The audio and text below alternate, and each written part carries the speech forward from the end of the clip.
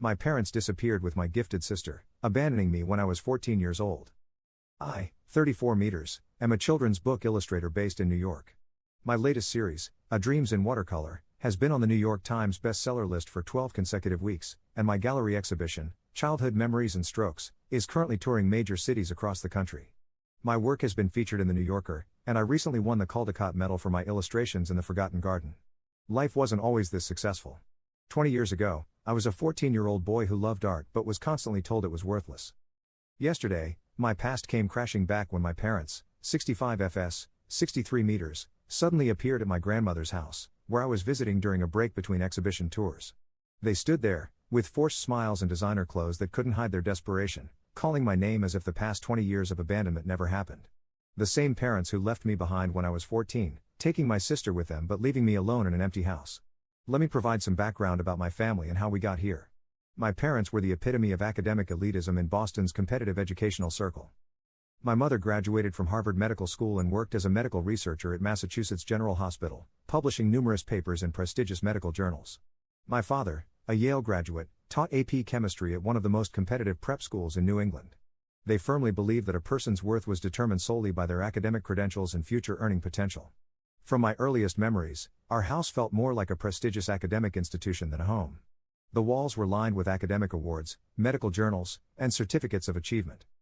Dinner conversations revolved around acceptance rates at Ivy League schools and the latest research papers.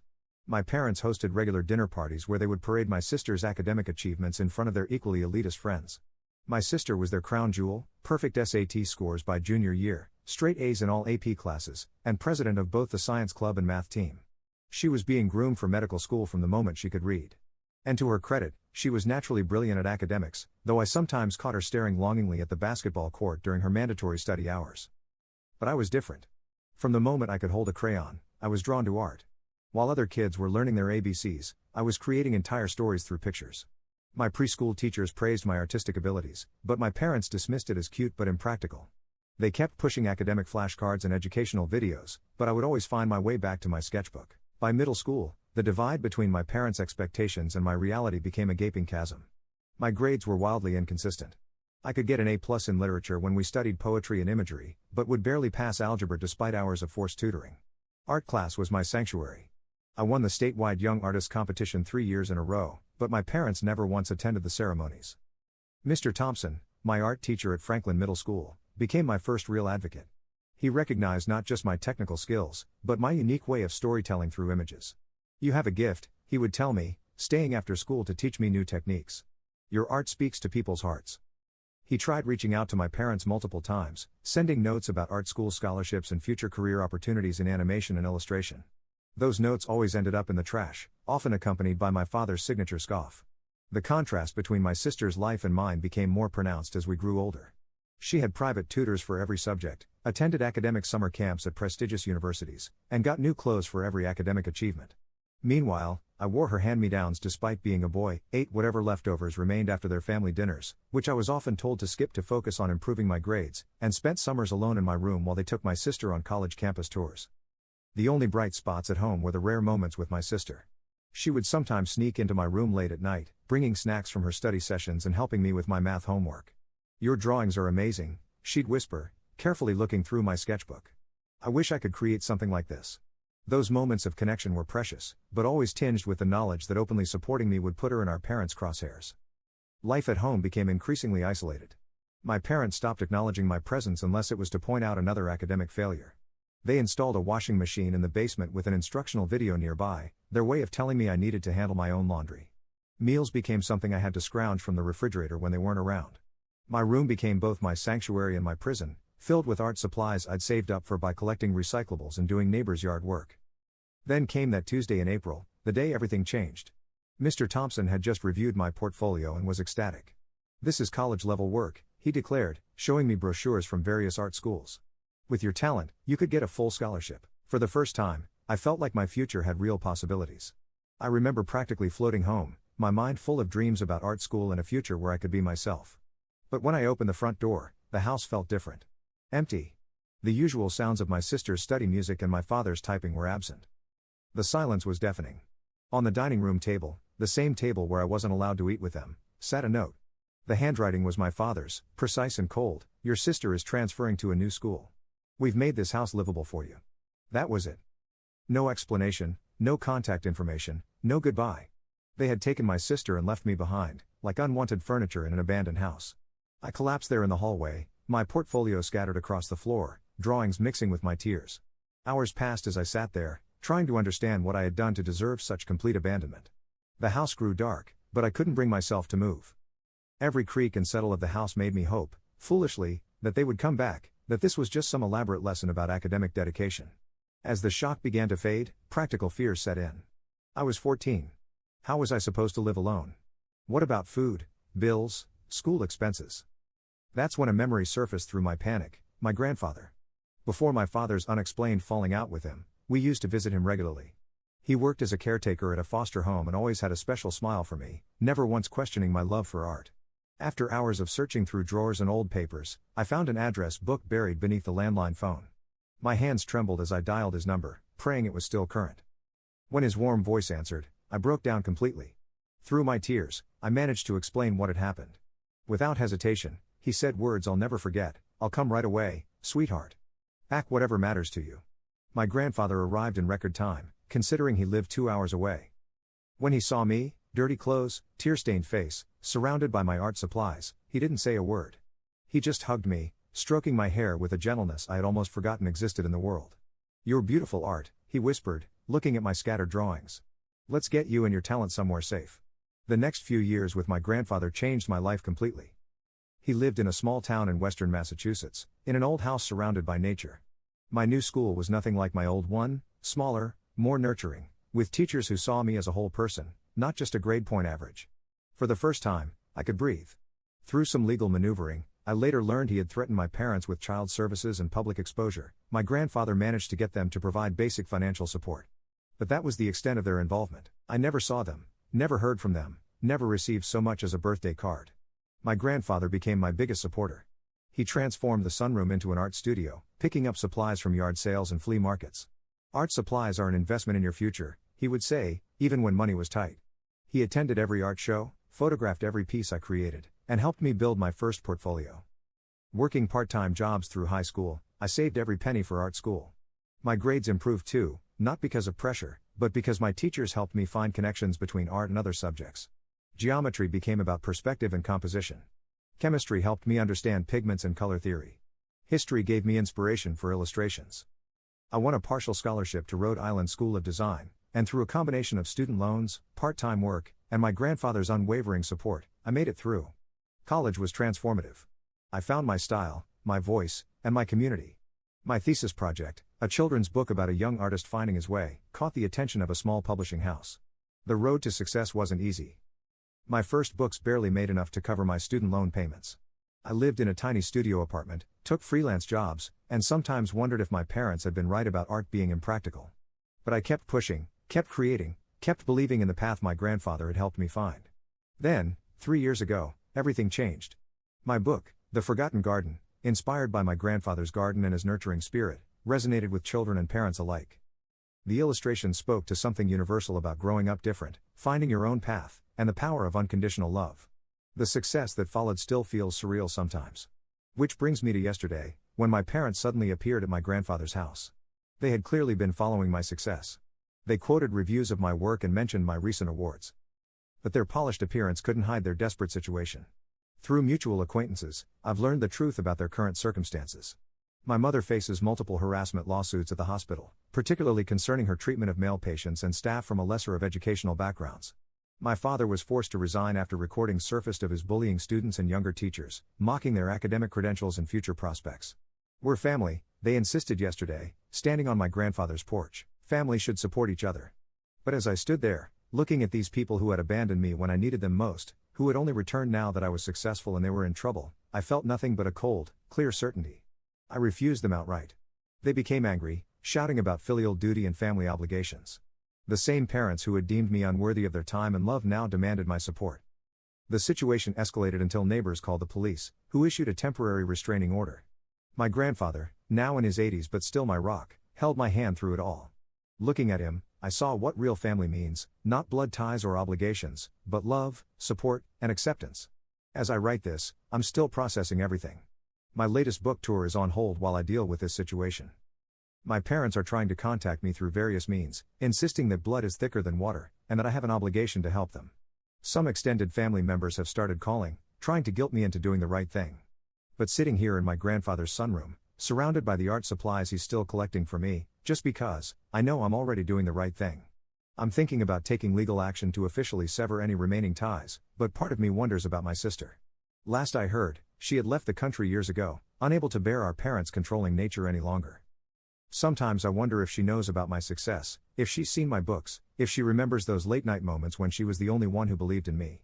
Has anyone else dealt with toxic parents trying to reconnect after achieving success? How did you handle it? I know I'm right to protect myself and my grandfather, but decades of their emotional manipulation still leave their mark. Update 1. First, I want to thank everyone for their supportive comments and messages. The situation has escalated significantly in the past 48 hours, and I need to share what's happened. My parents showed up at my grandfather's house again yesterday morning, this time with a lawyer. They stood in the front yard, shouting about family obligations and filial responsibility. My mother was waving legal documents, claiming they could force me to provide financial support under state law. The scene was surreal. My father, who once refused to acknowledge my existence unless it was to criticize my waste of time artwork, was now crying about how proud he'd always been of my natural talent. My mother, who used to mock my art teacher's career suggestions, suddenly claimed she'd always supported my creative pursuits. Our neighbors came out when they heard the commotion. Mrs. Sullivan, who's lived next door to my grandfather for 30 years, was shocked to learn these well-dressed people were the same parents who had abandoned their 14-year-old son. She immediately called the police while her husband started recording the incident. When the officers arrived, my parents tried to paint themselves as concerned parents attempting to reconnect with their successful son. However, several neighbors stepped forward with statements about my grandfather raising me alone since I was 14. The officers were particularly interested in learning that my parents had left a minor alone with just a note. Officer Martinez was incredibly understanding. She explained that my parents' current financial difficulties don't create any legal obligation for me to support them, regardless of their claims. She helped us file for an emergency restraining order based on their harassment and the distress they're causing my grandfather. The most revealing moment came when my mother, frustrated by the police presence, snapped and started ranting about academic pedigree and how she couldn't understand how her failure of a son had become more successful than her.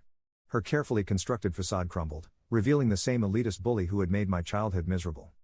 After they were escorted away, our neighbors organized an informal neighborhood watch. They're keeping an eye out for my parents' car and have agreed to document any future contact attempts. Mr. Sullivan even provided security camera footage for our records. My lawyer says we have a strong case for a permanent restraining order. She's also investigating whether their abandonment of me as a minor could have legal implications now. I'm not interested in pursuing charges, but she thinks having this information might help keep them away.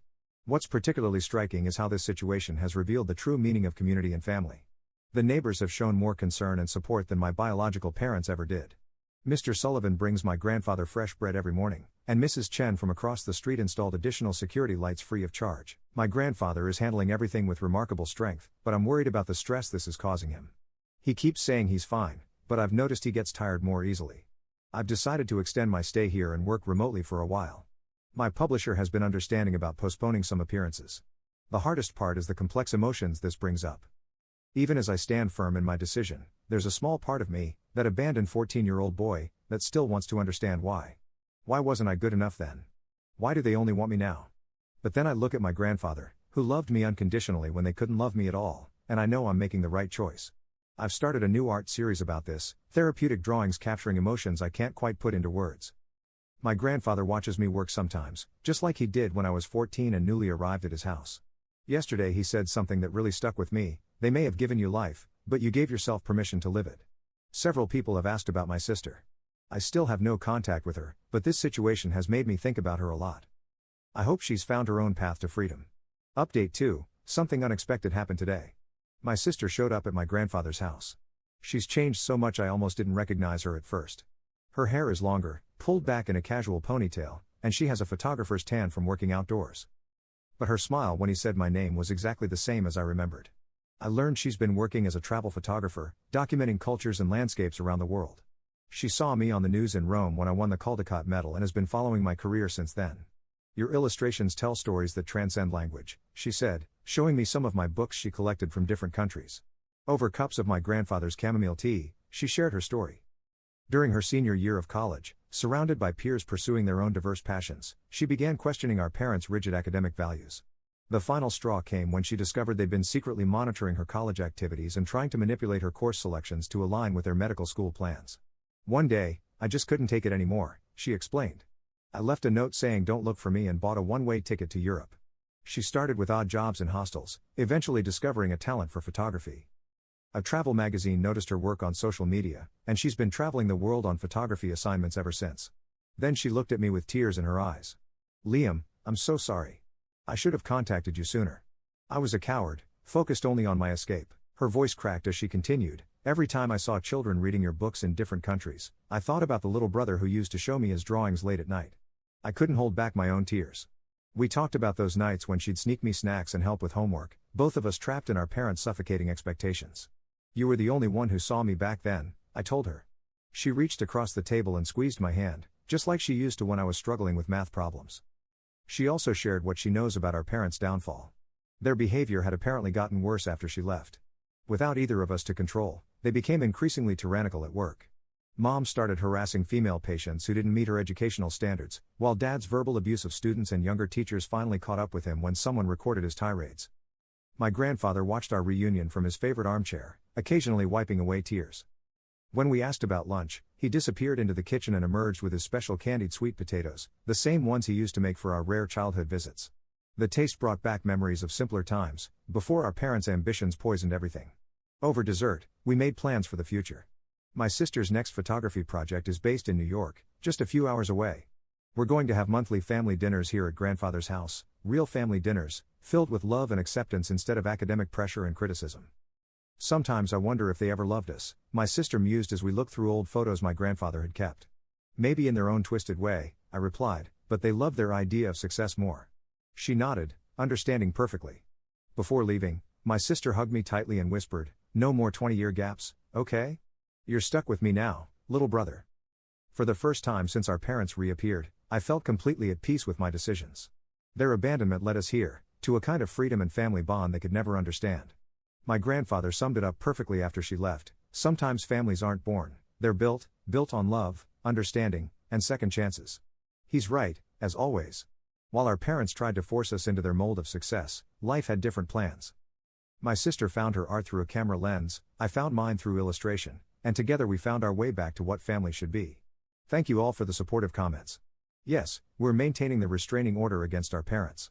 Our new family may be smaller, but it's built on a stronger foundation than academic credentials could ever provide. Update 3, it's been 2 weeks since my sister's unexpected return, and I feel like I can finally share how things have settled into place. Today, something beautiful happened that perfectly captures our new reality. My grandfather surprised us by making his special candied sweet potatoes, the same ones he used to make during those rare childhood visits when our parents would actually let us come here. "I've been waiting years to see you two share these again," he said, his eyes twinkling as he set the dish on the table. My sister and I exchanged glances and laughed, both remembering how she used to secretly save some for me when our parents weren't looking. Over the sweet potatoes, we learned more details about our parents' current situation through mutual acquaintances.